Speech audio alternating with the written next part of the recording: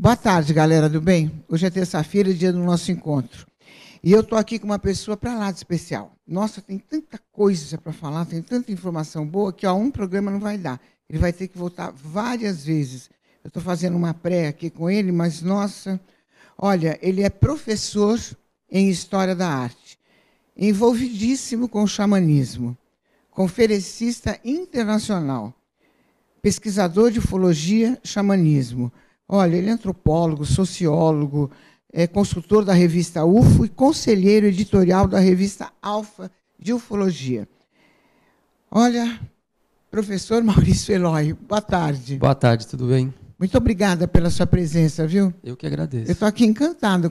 Gente, eu estou encantada. Ele fala muito legal, tem muita coisa para falar e eu quero começar perguntando o que é o xamanismo. Tá. De uma forma muito resumida, o xamã ele é um homem ou uma mulher que tem a habilidade de trafegar por realidades incomuns.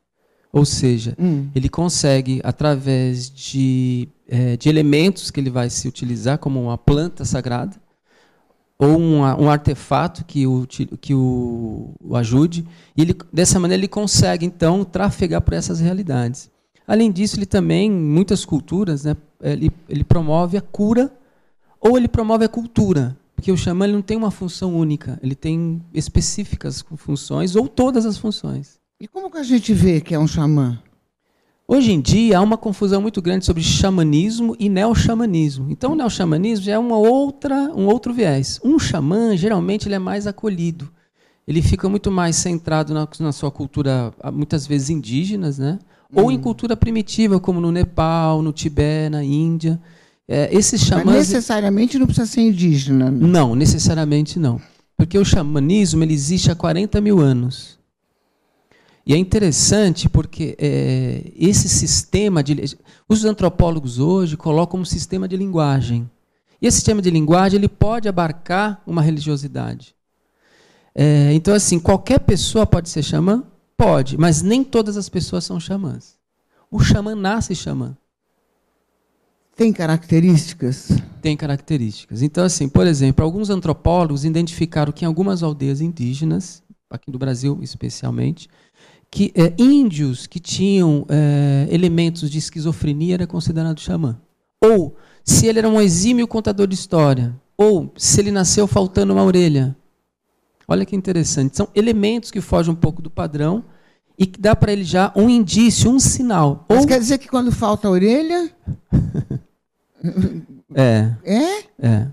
Nossa, que engraçado. Em determinados casos, sim. E o mais recorrente é quando eles têm a habilidade de conversar com os espíritos. Só que a gente tem que entender que esse espírito que ele fala é muito diferente da questão espírita. É de uma forma muito mais ampla. Não é só o espírito morto. É o espírito da natureza, é o espírito do universo. É uma coisa muito do próprio eu. Ou do próprio eu, ou de algo que nós não conhecemos. Que nós da era moderna não temos acesso. Entendi. Agora, o xamã, ele tem contato com os aliens? Olha, eu estou fazendo uma pesquisa já há uns 7 anos e eu percebi que xamãs de culturas mais atrás, mais primitivas, vamos falar assim, é legal a gente deixar claro que a palavra primitiva é de primeiro, não primitivo de menor ou inferior, é de primeiro. Existem registros de pinturas feitos por xamãs em cavernas, são poucas cavernas, mas em paredes ao ar livre, principalmente na África. Isso demonstra que eles tinham contato com os aliens, mas os aliens não tinham contato com os xamãs. Entendi. Nós temos até uma foto, né? Tem. A Camila, a hora que puder soltar essa foto para ver a pintura dos aliens, aí ele explica. Enquanto isso, o que o xamanismo, professor, pode ajudar na ufologia? Olha, o xamã, se a gente levar em consideração toda a habilidade que ele tem, e é uma habilidade que ele trafega pela vida que a gente chama ordinária, essa vida normal, e a vida extraordinária, então ele tem um acesso livre. Então, por exemplo, se a pessoa é abduzida e o alien não precisa abrir portas e janelas, ele consegue tirar esse indivíduo ou essa mulher, esse homem da casa e levar, o xamã ele consegue fazer isso também da mesma maneira. Se ele consegue isso, ele também consegue impedir as abduções. Mas o xamã consegue através da mente, é isso? Através do corpo. Ou ele pode também conseguir através de estruturas corporais, né, através do corpo mesmo. Entendi. Ou ele pode delegar alguma entidade, porque essa é uma coisa interessante. O xamã é muito diferente de um médium. O médium ele tem uma entidade que coordena a pessoa. O xamã não tem ninguém. O xamã que dita as regras e as ordens. Então o xamã pode delegar alguma entidade para salvaguardar esse abduzido. Essa mesma entidade que poderia incorporar num médium? Não. Não. É muito diferente. Como é? Então ele delega a algum, por exemplo, existe aqui na cultura indígena brasileira, eu não sei assim verbalizar as palavras dessas entidades, são palavras tupi-guarani, são de verbalizar. Mas existe, por exemplo, um livro que é disponível, um texto que é disponível no Google, que chama Floresta de Cristal. E ali se fala de pequenos seres, desse tamanhozinho. Esses seres, eles ajudam o xamã. Então, os xamãs, no uso das plantas sagradas, acessam esses seres e os xamãs pedem auxílio para eles. Então, é dessa maneira que funciona. Então, por exemplo, ele quer ter uma habilidade para caçar a onça. Vamos falar assim. Então, ele acessa determinadas entidades que hoje, na língua moderna, nós chamamos de elementais. Né? O índio já tem outra terminologia. E esses seres ajudam, auxiliam o xamã. Entendi. Para o nosso mundo é uma coisa muito diferente. Né? Parece até ficção científica, mas é real. O antropólogo está muito acostumado com isso. Entendi. Os indígenas, então eles têm contato com os aliens, né? Olha, existe muitas histórias interessantes. Conta uma. Eu não tenho como contar uma, mas assim, o que eu percebo é o seguinte. Existem histórias, de fato, de relatos de aliens com os indígenas. Existem mitos que é confundido com questões indígenas. Esse é o problema um pouco para a gente poder separar. Mas existem muitos relatos que eles chamam até de homens das estrelas. Só que nós devemos tomar o cuidado de não delegar tudo ao alien. Tudo é alienígena. Não, nós temos que separar. É um pouquinho difícil, mas dá para fazer.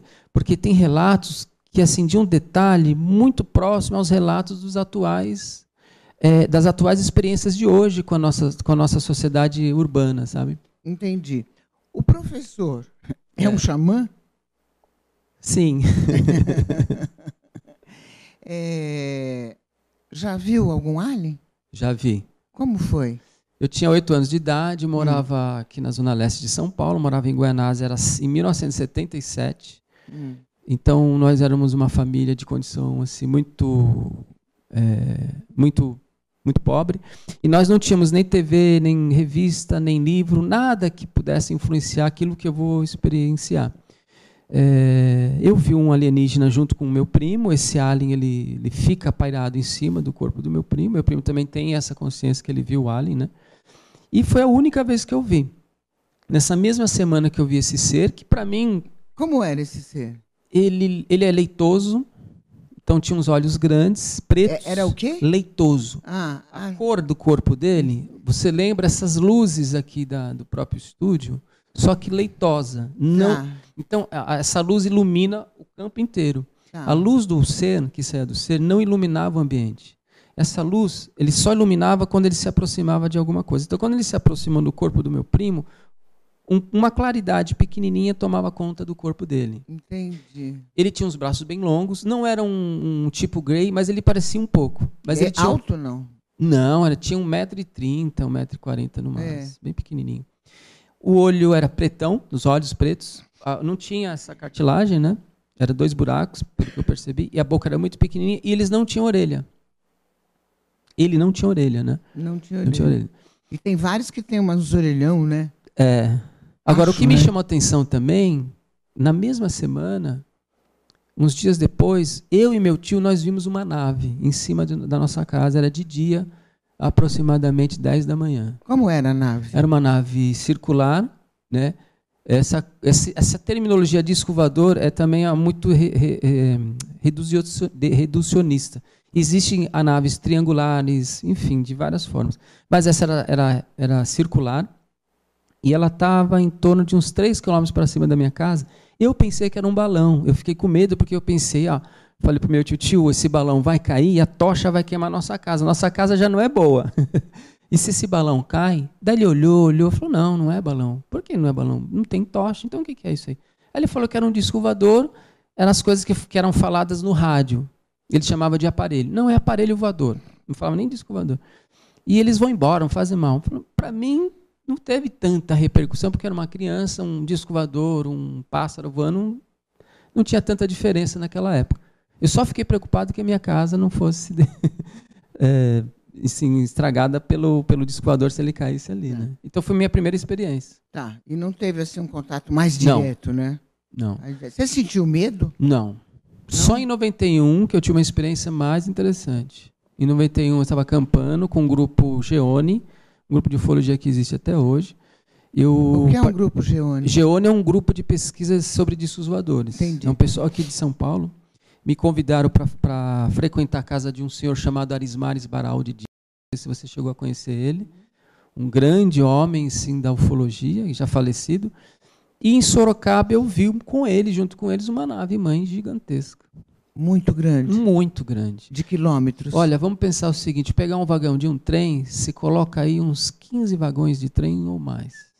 Ele era em forma de charuto, só que quando ele virava, parecia uma forquilha, e ele andava não na horizontal, não na vertical. Não na horizontal, ele voava na vertical. De pé. Engraçado, andava assim, né? De que pé. nem desenho animado. Uma hora ficava na luz, que é uma luz parecida com o corpo do alien, e uma hora ficava na cor preta. Não era uma cor metálica, era uma cor quase desse sofá. Entendi. E some. O que é interessante, naquela época, foi noticiado em vários jornais discos voadores que foram vistos no Uruguai, Paraguai e São Paulo, no entorno de São Paulo, e depois eu vi a nave, foi no sábado. E depois, no domingo, foi visto em toda a Europa.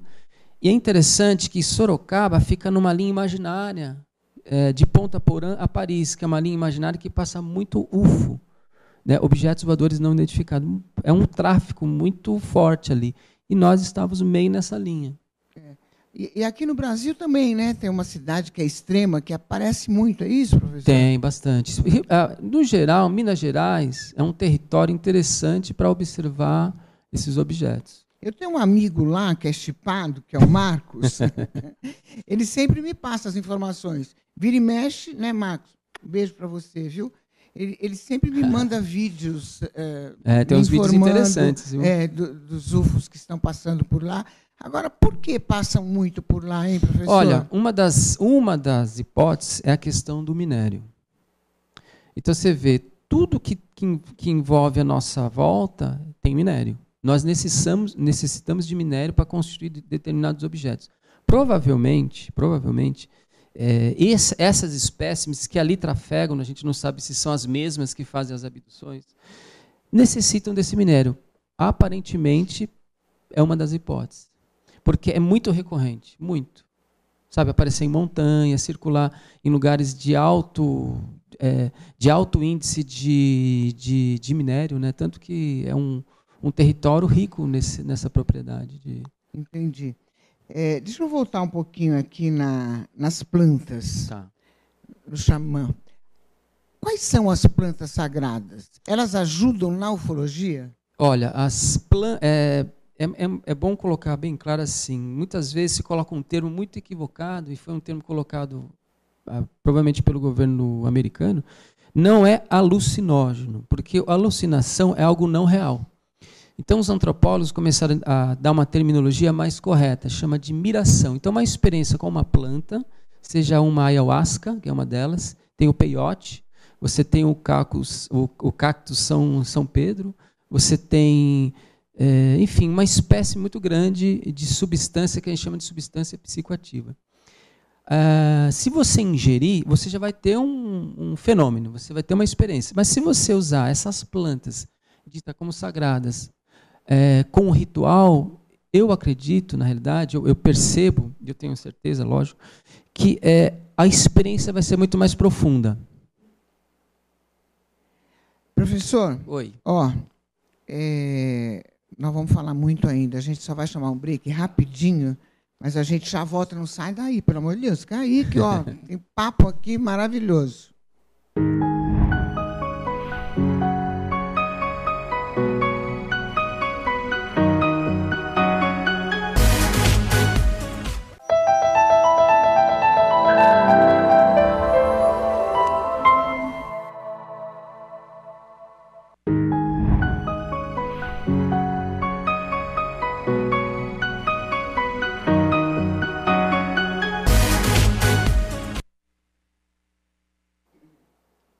Galera do bem, eu estou aqui com o professor Maurício Eloy falando sobre ufologia, sobre os ETs.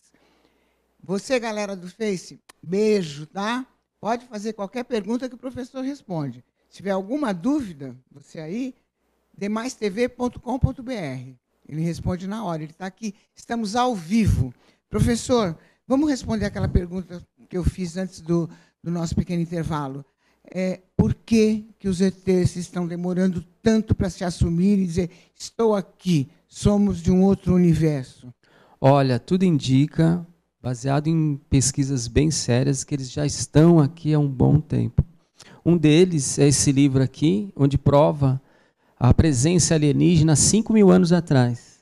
Olha que interessante. É aqui, ó. Deixa eu mostrar. Mostra aí para mim.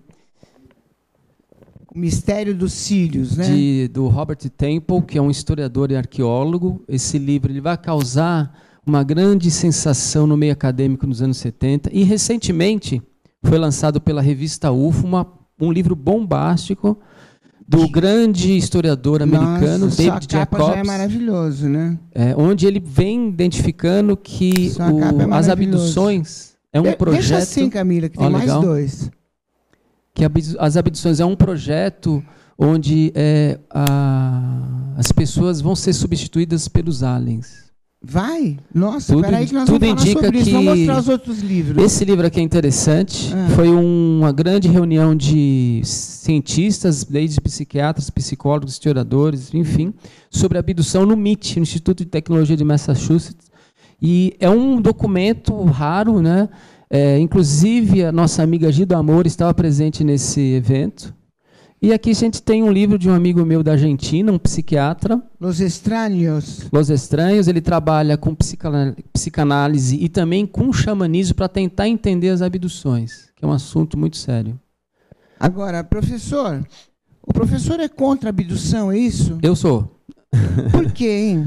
Primeiramente, se a gente for fazer um levantamento de direito, isso não sou eu que estou falando, e sim especialista na área jurídica, o ato da abdução, toda a trama, todo o trâmite da abdução, ela é ilegal. O ato de levar uma pessoa sem consentimento é ilegal. Alguns amigos defendem que há um consentimento no plano espiritual, mas nós não temos essa certeza.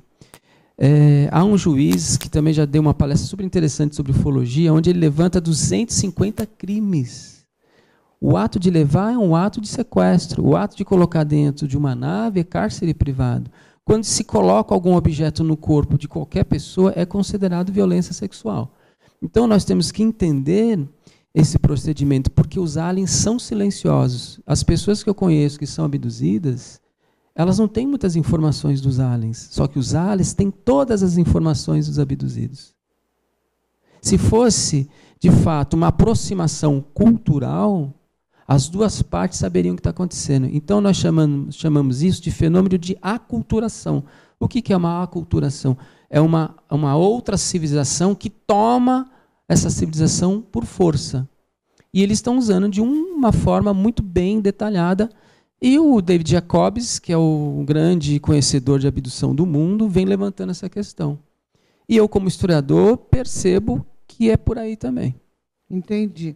Agora, professor, existem vários depoimentos, eu já vi vários aqui, vários vídeos, inclusive, que são dados como verdadeiros. Existem mulheres que se apaixonaram pelos ETs depois do sexo.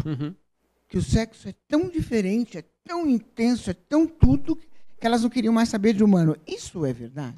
Olha, existe um antropólogo já falecido, que é o Terence McKenna, que é um grande estudioso da etnobotânica, e também ele foi um grande incentivador de uso das plantas sagradas, e ele levantou uma questão interessante, isso nos anos 80 já. Ele escreve um texto chamado O Amor Alien, levantando de fato essa questão de que mulheres, geralmente as mulheres, começaram a se apaixonar pelos aliens. Mas eu acredito que isso faz parte do próprio projeto alienígena. Para tentar, de fato, aproximar essas pessoas. Então, eles têm que saber. Vamos pensar o seguinte: se o David Jacobs estiver correto na sua pesquisa, que a abdução acontece no período de 100 anos, eles já estavam nos anos 80 para os anos 90, sabendo o psicológico humano. Então, eles teriam que trabalhar com uma ferramenta para seduzir a mulher e para seduzir o homem. Entendi. Mas a mulher se apaixona? Se apaixona. Só que a gente tem que também pensar o seguinte: existe também uma outra coisa que é importante a gente falar, a síndrome da abdução. Ou seja, pessoas que pensam que é abduzida, mas não são abduzidas. Geralmente mulheres. Pensam que elas querem ser abduzidas. Isso é um fenômeno psicológico mundial. Agora, está existindo no mundo, e nesse país principalmente, muitas abduções, não é isso? Principalmente com mulheres, é isso? Com mulheres, a quantidade de abduções entre homens e mulheres, entre mulheres parece que houve um índice maior. Só que as abduções parece que deu uma desacelerada. Parece que ela diminuiu. Nós não sabemos por quê. Toda essa mulherada que some, aqui mesmo, quantos que desapareceram e ninguém sabe? O que eu percebo também é esse discurso da síndrome da abdução. Por exemplo, nós vivemos hoje numa situação de vida muito difícil. Então, vários fatores próximos a essas pessoas vão ser elementos para um escape.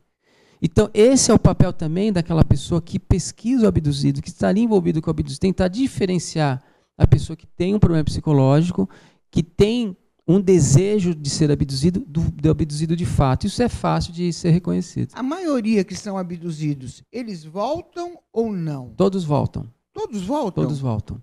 Por que todos voltam? Não e esses que desapareceram? Então, não é muito apropriado para o alien chamar muita atenção. Então, provavelmente, esses que desapareceram é um outro fenômeno que a gente precisa investigar. E é um fenômeno também integrante. Porque a quantidade de pessoas que desaparecem, né, é uma coisa assustadora. Mas, necessariamente, não tem a ver com o alienígena. Não. Não. Mesmo aquele avião que caiu lá do Himalaia, que ninguém nunca mais viu nada. Então encontraram os destroços. Encontraram, mas entre aspas, que encontraram. Eu acredito que ali foi um acidente mesmo, uma sabotagem. Você acredita nisso? Acredito. E nunca mais ninguém viu nenhuma peça de roupa de ninguém. Como funciona com toda a tecnologia de todos os países em cima. Eu ainda fico intrigado. Porque assim, a gente tem que pensar que tem tecnologias humanas que nós desconhecemos, que é usado num momento como esse. Outra coisa, o alien que o abduz, ele não quer chamar atenção de hipótese nenhuma, senão ele comunicaria aos parentes: olha, estou abduzindo Maria, vai ser abduzida amanhã às 6h. Eles não fazem isso. Mas é isso. Engraçado, professor, eles não querem chamar atenção, mas eles engravidam a mulher daqui. Engravidam. Então, isso o David Jacobs e vários pesquisadores da área de abdução sustentam a hipótese de que esses seres são híbridos. Esses híbridos, eles existem para se relacionar conosco. Por que esse relacionamento? Parece que é a terceira ou a segunda fase do projeto. Então, o relacionamento para entender o ser humano, a sua afetividade e o seu modo de vida. E depois vai ter o terceiro estágio, ou último estágio, que é o híbrido, que é uma mistura de híbrido com híbrido. Olha, professor, eu vi um depoimento outro dia, que eu fiquei um pouco impressionada, e o vídeo foi considerado super verdadeiro, de um médico que fez o seguinte: o alien veio e engravidou a moça. Quando ela estava num determinado período da gestação, não sei se 4 ou 5 meses, agora não me lembro o detalhe, essa pessoa que deu o depoimento foi o médico que fez o aborto. Ele tirou a criança de dentro da mãe e levou para a nave. Isso tudo parece num vídeo. Depois de um certo tempo, eles vieram e trouxeram a criança para a mãe. Até disse que a criança falou que estava aprendendo a pilotar com o pai, e perguntou para a mãe sobre o amor, que sentimento era esse que existia aqui nesse plano, porque lá era um pouco diferente. Enfim, eu não lembro os detalhes, que eu fico também meio... Eu viajo também, né? O que você me diz disso? Então, essa história ela é muito recorrente nos depoimentos. Então, assim, as mulheres são, de fato, engravidadas, né? Há uma inseminação artificial. Eles tiram um bebezinho no período de 4 meses para não perceber a gravidez, para não chamar atenção. E eles vão colocar numa incubadora. E depois, num certo momento, quando esse neném está um pouco maior, eles mostram para a mãe, só que eles não ficam com ela. Muitas mulheres não sabem disso. Eles vão saber num exame rotineiro de ginecologia. E aí o médico fala, você passou por um processo de gravidez. Ela falou, não, meu filho mais velho tem 20 anos. E aí começa um trauma psicológico para essas pessoas, para essas mulheres. Agora, por que eles querem filhos de mulheres desse plano? Olha, de acordo com David Jacobs, que é o maior especialista em abdução, é um plano, de fato, de se inserir na sociedade, sem permissão. Entendi. Porque se fosse permitido, seria feito em rede nacional. Agora, ainda sobre aliens, a gente vê muitos depoimentos. Né? Eu vi um da ministra da Rússia. Ah, você viu? Dizendo que os aliens, politicamente, eles comandam o mundo. O que o senhor me diz disso, professor? Olha, a conspiração ela já existe dentro da nossa casa. Nós, entre os irmãos, nós conspiramos. Então, se essa dimensão existe na família, imagine no meio político, no meio econômico, no meio financeiro. Existe aquela mulher até do Banco Mundial, né, que ela perdeu o cargo dela, que ela faz revelações também interessantíssimas, onde ela fala que uma espécime de aliens comanda o meio financeiro. Então, olha, é muito interessante, porque se eles estão aqui presentes na Terra, vamos levantar essa hipótese, eu acho provável que eles tenham uma relação com o dinheiro. Porque eles precisam fazer acordos para poder permanecer aqui. Mas, na sua opinião, eles comandam mesmo? Eu acredito que tem uma parceria aí. Entre governos do mundo, há um acordo, ou acordos. Né? E eu não sei até onde vai esse acordo. A abdução pode ser um tipo de acordo também. E nós, professor? Desculpa te cortar, tem um pesquisador interessante na Itália chamado Malanga. Ele sustenta essa hipótese que você levantou, de que os governos do mundo fizeram acordos e que hoje os aliens, com dificuldade de abduzirem algumas pessoas, estão aplicando olha só que interessante isso, estão aplicando um método de possessão. Do quê? Um método de possessão. O que seria isso? Seria assim, ele não consegue abduzir a filha, porque o projeto é familiar da abdução. Então o que ele faz? Ele não consegue abduzir a filha ou o filho. Eles então se apossa da mãe, entra como se fosse um espírito e consegue, de fato, acessar o filho ou a filha. Eles estão usando essa metodologia. Isso é uma explicação que vem sendo dada por esse pesquisador, que é interessante. Nossa, mas tem muita coisa que é muito louco, sabe, professor? E aquele lance de que um alien ele pode, aos olhos da pessoa que ele está conquistando, se tornar uma outra pessoa, um ator famoso, vamos dizer assim, para se entender melhor. Ele quer conquistar ela, mas ele não tem nada a ver, ele é feinho, aí ele se incorpora num Brad Pitt. É isso, é verdade? Olha, pelos depoimentos, parece que existem esses relatos, sim. Eles conseguem manipular a molécula. Imagina isso, manipular a molécula. Isso não é tão absurdo, porque existe um biólogo americano que conseguiu desenvolver moléculas artificiais, injetar nessas moléculas informações. Se nós já estamos fabricando matéria com 12 mil anos de existência humana organizada, imagine um grupo de alienígena que deve ter 1 milhão de anos. Então, eu não acho isso tão absurdo. Pode ser, sim. Agora, os xamãs podem impedir as abduções? Total. Espera um pouquinho. Não responde agora que a gente já volta. Nós vamos para um break rapidinho.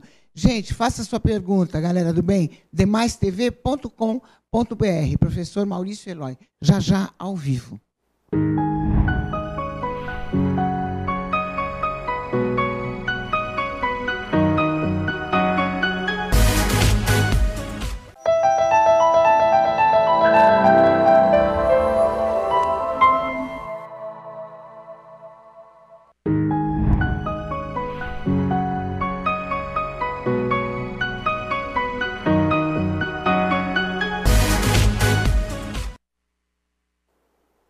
Estamos aqui ao vivo com o professor Maurício Eloy, falando um monte aqui sobre ET. Está ótimo o papo. Qualquer dúvida sua, mande para cá, demaistv.com.br. Eu tinha perguntado para o professor se os xamãs podem impedir as abduções.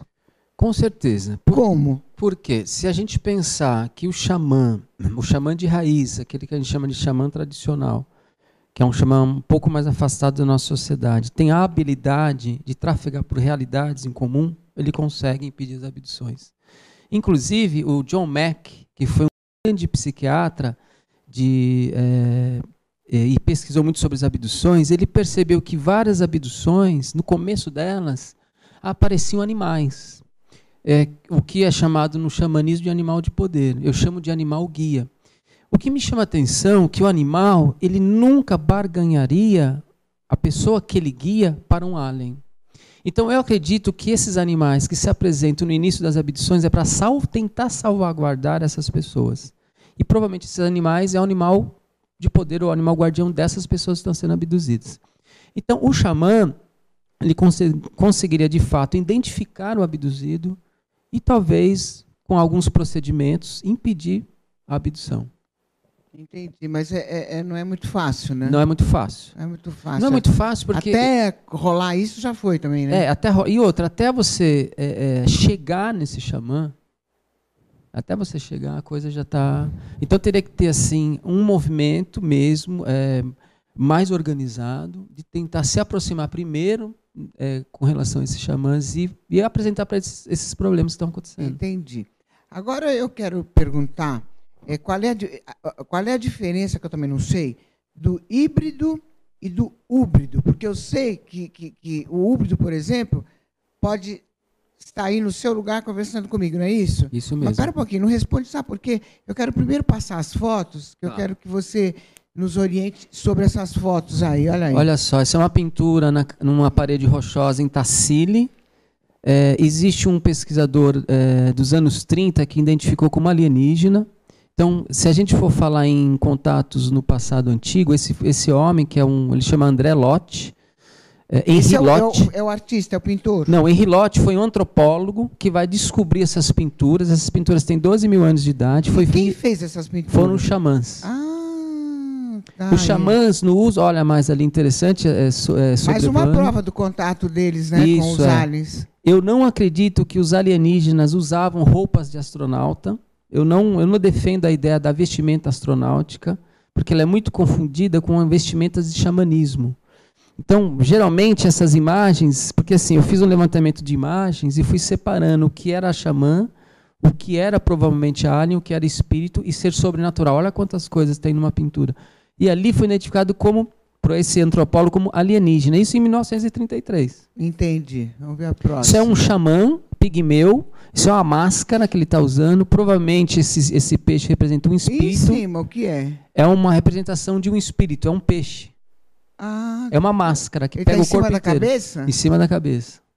Interessante. Essa pintura foi levantada por muitos ufólogos como alienígena. Eu já falo que não. Eu já defendo a ideia de que isso é uma entidade sobrenatural. Vamos ver a próxima. Aqui você também tem outra imagem que foi chamada pelo vários ufólogos como um alienígena. Também defende a ideia de que esse ser gigante, que tem quase 15 metros de altura, como um ser sobrenatural. Entendi.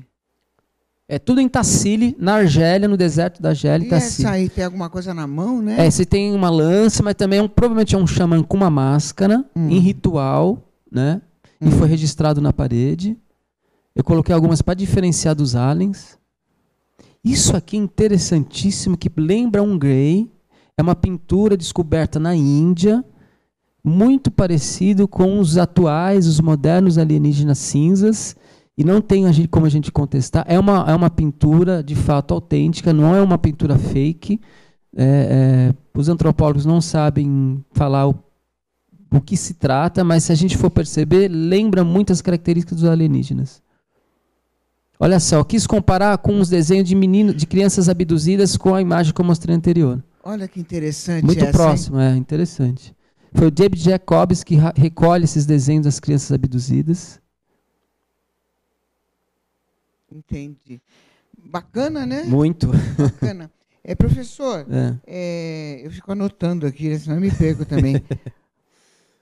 Os aliens querem tomar conta desse universo? É isso ou não? Olha só, parece que uma espécime, não sei se a gente pode chamar de raça, mas vamos chamar de espécime, aos olhos do pesquisador David Jacobs, parece que sim. Esses seriam os do mal? Porque tem os do bem e os do mal, é isso? Parece que o popular chama de insetoide. Parece que esses insetoides estão no comando. Os insetoides. É o nome? Galera do não, bem? É uma espécie mesmo, é uma forma de inseto. Tá. Porque eu sempre digo, professor, a gente tem que falar numa língua que todos nós... Quer ver um exemplo interessante? Né? Aquele filme Distrito 9. Aqueles insetos, parece aquilo ali. Insetoide. E parece que eles estão no comando.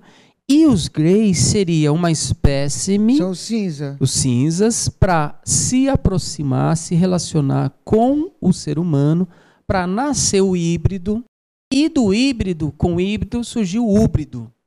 Agora vamos falar o que é o híbrido e o húbrido. O híbrido é uma mistura de pessoas humanas com alienígenas. E o híbrido parece que... Não, o híbrido é a mistura de seres com alienígenas. O híbrido de seres humanos com alienígenas. Isso é o híbrido. O híbrido. Tá. O híbrido seria já uma mistura de híbrido com híbrido. Ah, de híbrido com híbrido. E aí parece que a função do híbrido... Então, isso aí seria o mais normal, né? Mas eles têm aspectos humanos. Provavelmente a parte interna pode diferenciar um pouco da gente. E algumas habilidades, que eles têm habilidades que nós não temos. E o que chama a atenção, o híbrido já está inserido na nossa sociedade na tese do Dr. Jacobs. Então, por exemplo, você está numa balada, tomando lá um uísque, e do seu lado você conhece alguém, e esse alguém pode ser um híbrido e você nem toma conta disso. Não dá para perceber? Não dá para perceber. Nossa, é ruim aí, hein? E é assim, para cada dois... E vai perceber uma hora ou não? Aí você sai com o cara assim, na balada, rola um amor... Aí vai que vai. Vai, é? Vai. E aí vai nasce um outro híbrido. Nossa, que coisa interessante. Porque esse sabendo nada. É um projeto muito bem elaborado. Se você pensar, para cada 2 abduzidos, surge um híbrido. Olha a quantidade que deve ter já de híbridos. Por aqui? Por aqui. E a gente não pode... Se a gente calcular um período de 100 anos, olha quantas pessoas foram abduzidas. Nossa, não tem nada, nenhum detalhe que a gente possa dizer, olha, eu acho que é híbrido. Olha, pode ser que algumas pessoas com sensibilidade maior pode perceber, mas elas podem se assustar. Posso contar uma historinha aqui? Pode. Eu estava em Sorocaba, uma moça me contou uma história muito interessante. Ela foi pegar o ônibus, ela não é abduzida, pelo menos é isso que ela me contou. E ela sentou no banco do ônibus e ela ficou olhando na direção do cobrador.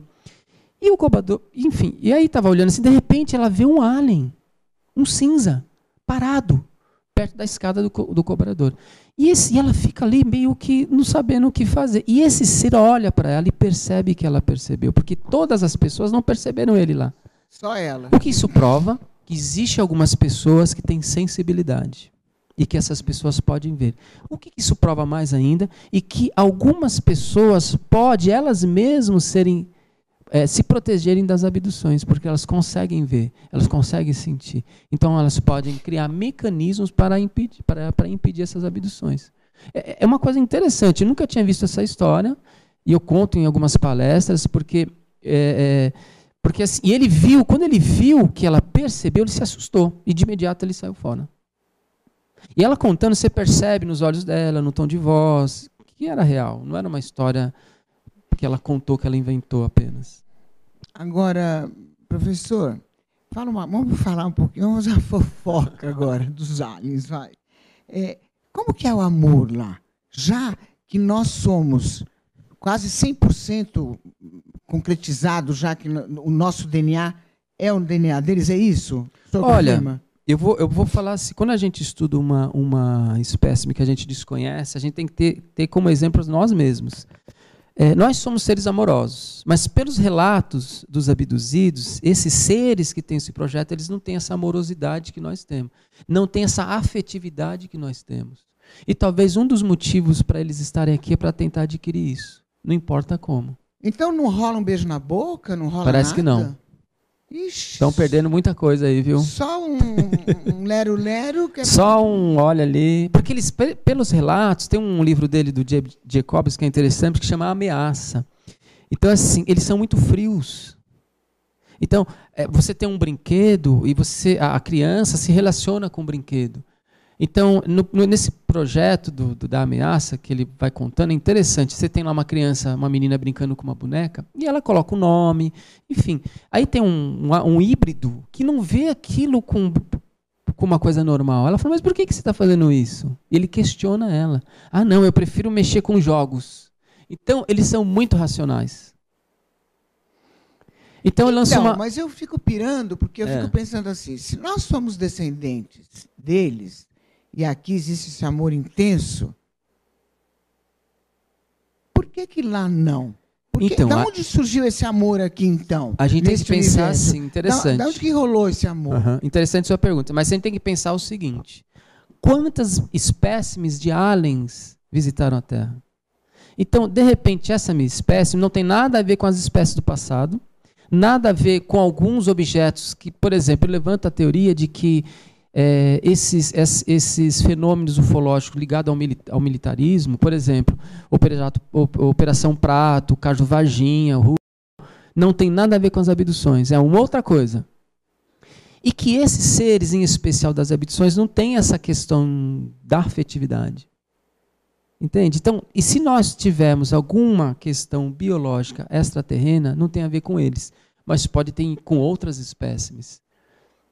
E só quem pode dizer isso é uma análise profunda biológica da gente, né? Porque nosso DNA são 97% não codificados.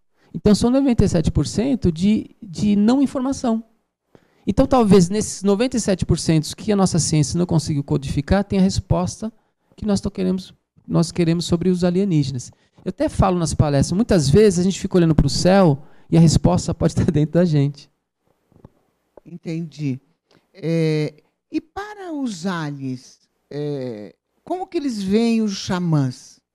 Então, aí que está uma coisa interessante. Eu suspeito, como eu não tenho um contato direto com alienígena, mas eu suspeito, mediante a minha pesquisa, independente da intenção e do objetivo desse alien, eles têm uma admiração, eles têm um espanto por esse indivíduo, de eles terem um domínio de algo tão avançado.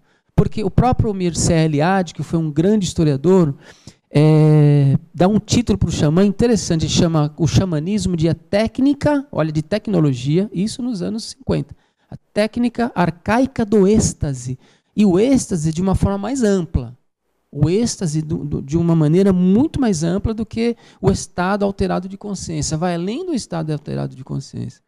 Então, o que a gente pode pensar? Que nossa espécime atual, Homo sapiens sapiens, somos evoluídos espiritualmente. Não faz sentido a gente depender de um ser externo para ter um salto espiritual. O nosso salto está indo no seu ritmo. Por que a gente vai querer avançar ele? Nós estamos indo no seu ritmo. Aí alguém pergunta, mas olha como que o planeta está em ebulição, como ele está violento. Mas isso são os comandantes, né? A população não quer violência, a população não quer crime, a população quer viver. Porque eu percebo, vou dar um exemplo muito prático rapidamente, quando a gente começou a ter o problema da água, foi a população que economizou. Não foi assim a grande elite que economizou. Então, eu percebo assim, até tem aquela pergunta, né? Será que estamos preparados? Estamos. Se o indivíduo está preparado para morar embaixo da ponte... Mas a maioria das pessoas que a gente faz essa pergunta responde exatamente isso. A gente não está preparado. O que precisa fazer para estar preparado? Mas sabe por que eles respondem assim? Há uma desmotivação mundial. Você percebe que o discurso é um discurso sempre para baixo? É sempre para baixo. Mas, professor, a maioria já dos governos de vários países... já assumiram, né? Já assumiram. Poucos países. França, Japão. Japão tem um programa de televisão de ufologia. É que não passa aqui na nossa TV a cabo, mas eles têm. A França admitiu. O Chile é um país assim, que tem uma abertura impressionante sobre isso. É verdade que tem um portal em cima do Brasil? Eu pergunto isso para todo mundo. Olha, eu penso o seguinte, que se a gente for pensar numa estrutura, eu acho que os oceanos. Por quê? Nós conhecemos 1% embaixo do mar. Nós conhecemos mais o universo, nós conhecemos muito mais planetas e estrelas e objetos astronômicos do que embaixo da Terra. Então, para se esconder ou para organizar uma civilização embaixo do oceano é incrível. E fica lá escondidinho.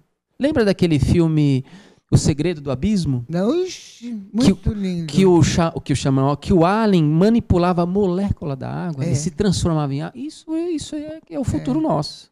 É impressionante, impressionante. É lindo. Eu amei esse filme também. Eu também. Amei. Eu acho um dos mais bonitos, né?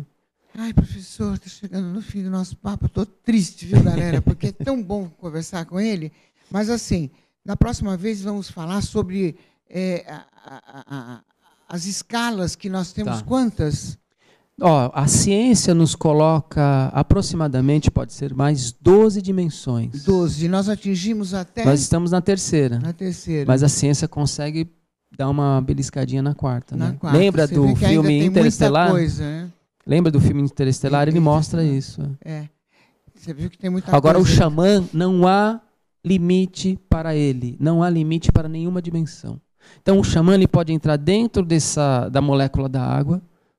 É impressionante. É que assim, não dá tempo de eu explicar esses detalhes todos. Mas que nós vamos falar isso mais para frente, com certeza. Sim.